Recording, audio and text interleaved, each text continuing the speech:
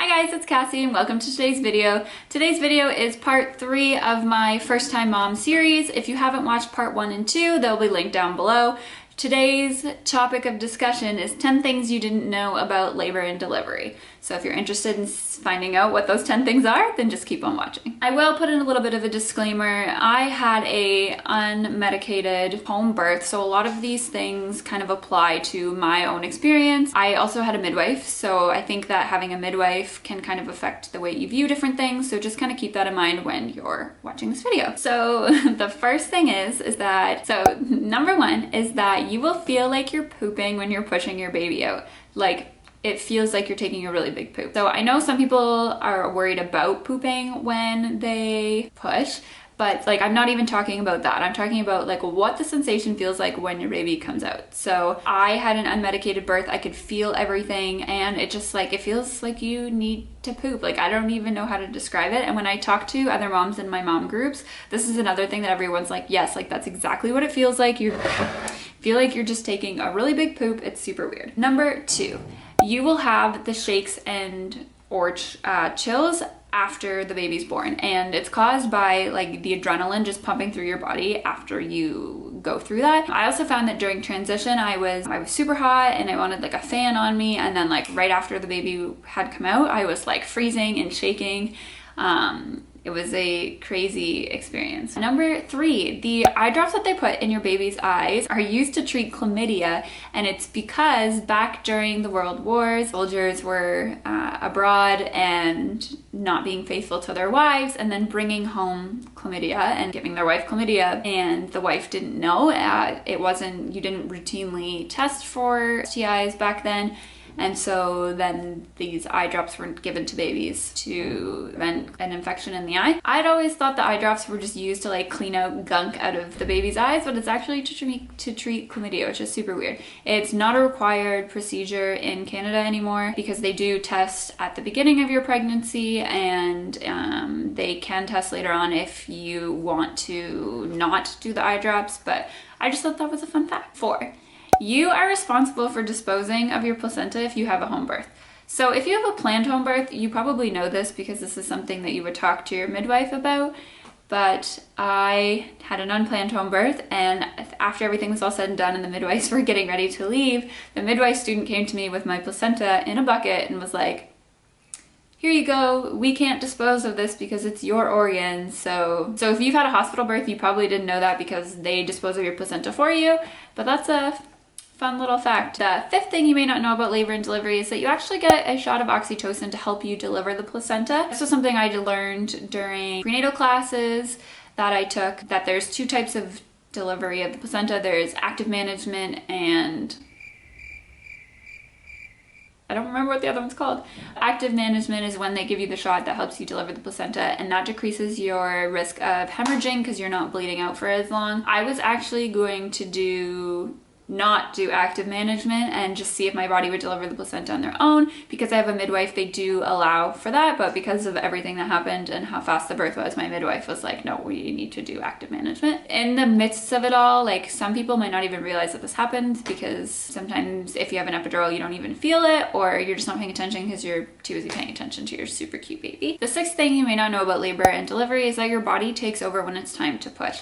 So I've talked to a number of moms recently who didn't have epidurals, and they all say the same thing, that like when it's time to push, like it's time to push. The 911 dispatcher had told Connor to tell me to try not to push, and I remember being like what? Like you tell them that it is impossible not to push. Like as much as mentally I was like, I don't want to push because I don't want this baby to be born without any medical professionals, my body was like, you need to push this thing out of you. It is super weird, but it's also super amazing. It just goes to show that this is what our bodies were made to do. The fact that your body just completely takes over and it's ready to help you get that baby out. The 7th thing you may not know about labor and delivery is that a lot of women actually complain about back pain after getting an epidural for like years. So this is not to talk anybody out of an epidural whatsoever. This is just something that I have found that a lot of women aren't aware of. I'm in a number of like mom groups on Facebook, and it's a common complaint that I see of people will be asking like, hey, did anybody have, get an epidural and still get back pain when they get their periods or when they ovulate or when they do certain activities? And tons of moms are like, yep, you know, 7 years ago, 8 years ago, 9 years ago, and I'm still getting this back pain. And a lot of women I've seen say, you know, if I would have known that this was a side effect, I would have never got the epidural. So that was partially what played into my decision not to get an epidural. I did a lot of research before deciding whether or not I wanted to attempt natural delivery or not.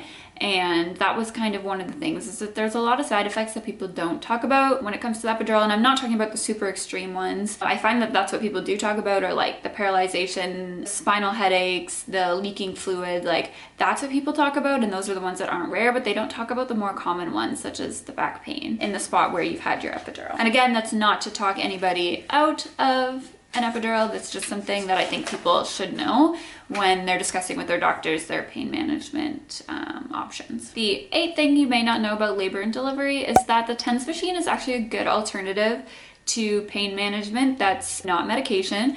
So again, I find a lot of people with OBs, and this is not to like discredit OBs, but I find that OBs just tend to go to the extremes relatively quickly. You want to talk pain management, it's automatically medication. You have a baby who may not be in a favorable position for delivery, it's automatically, you know, you're talking C-section. And I know not all OBs are like this, but a lot of them are.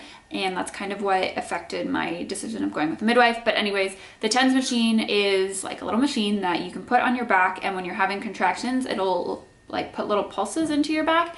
And the idea is that it will distract you from your contraction and make it less painful. So apparently it's really good to use in early labor. I never had an opportunity to use it just because I went into labor 2.5 weeks early and I just hadn't got a TENS machine in time. But I spoke to another mom who used it and said it was great. They're often covered by your insurance if you have health benefits, so that's super awesome. And an option to consider asking your doctor about if you're just exploring different pain management options. The 9th thing that no one tells you about labor and delivery is that pushing your baby out will feel extremely good. Like not orgasmic good, but it feels really good, and it's super weird. The relief that you get once the head and shoulders are out is just like... And again, I've talked to a lot of moms who had unmedicated births, and they all felt the same way. It was just like a great feeling, like an oddly satisfying feeling. So the 10th and final thing that nobody tells you about labor and delivery is that the coating on your baby's skin is actually good for them, and it doesn't have to be cleaned off right away. I see a lot in, you know, pictures when people post pictures of their birth that the baby's been completely wiped down almost immediately after birth, or they do like a little bit of skin to skin with mom and then they're completely wiped down.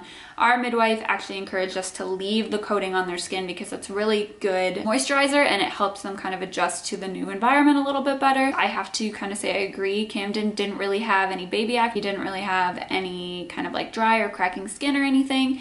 So if you're giving birth in a hospital, maybe consider asking that they leave the different coating on them and allow it just to soak into your baby's skin. And there you have it. Those are 10 things that I wish I would have known about labor and delivery before I gave birth to my son. Stay tuned for possibly a part 4 of this series. If you like the series, give the video a like. Don't forget to subscribe to my channel. Follow us over on Instagram at Cassie's Corner. I post almost daily. We're pretty active over there. And also check out my blog, which is linked down below. Until next time, bye guys!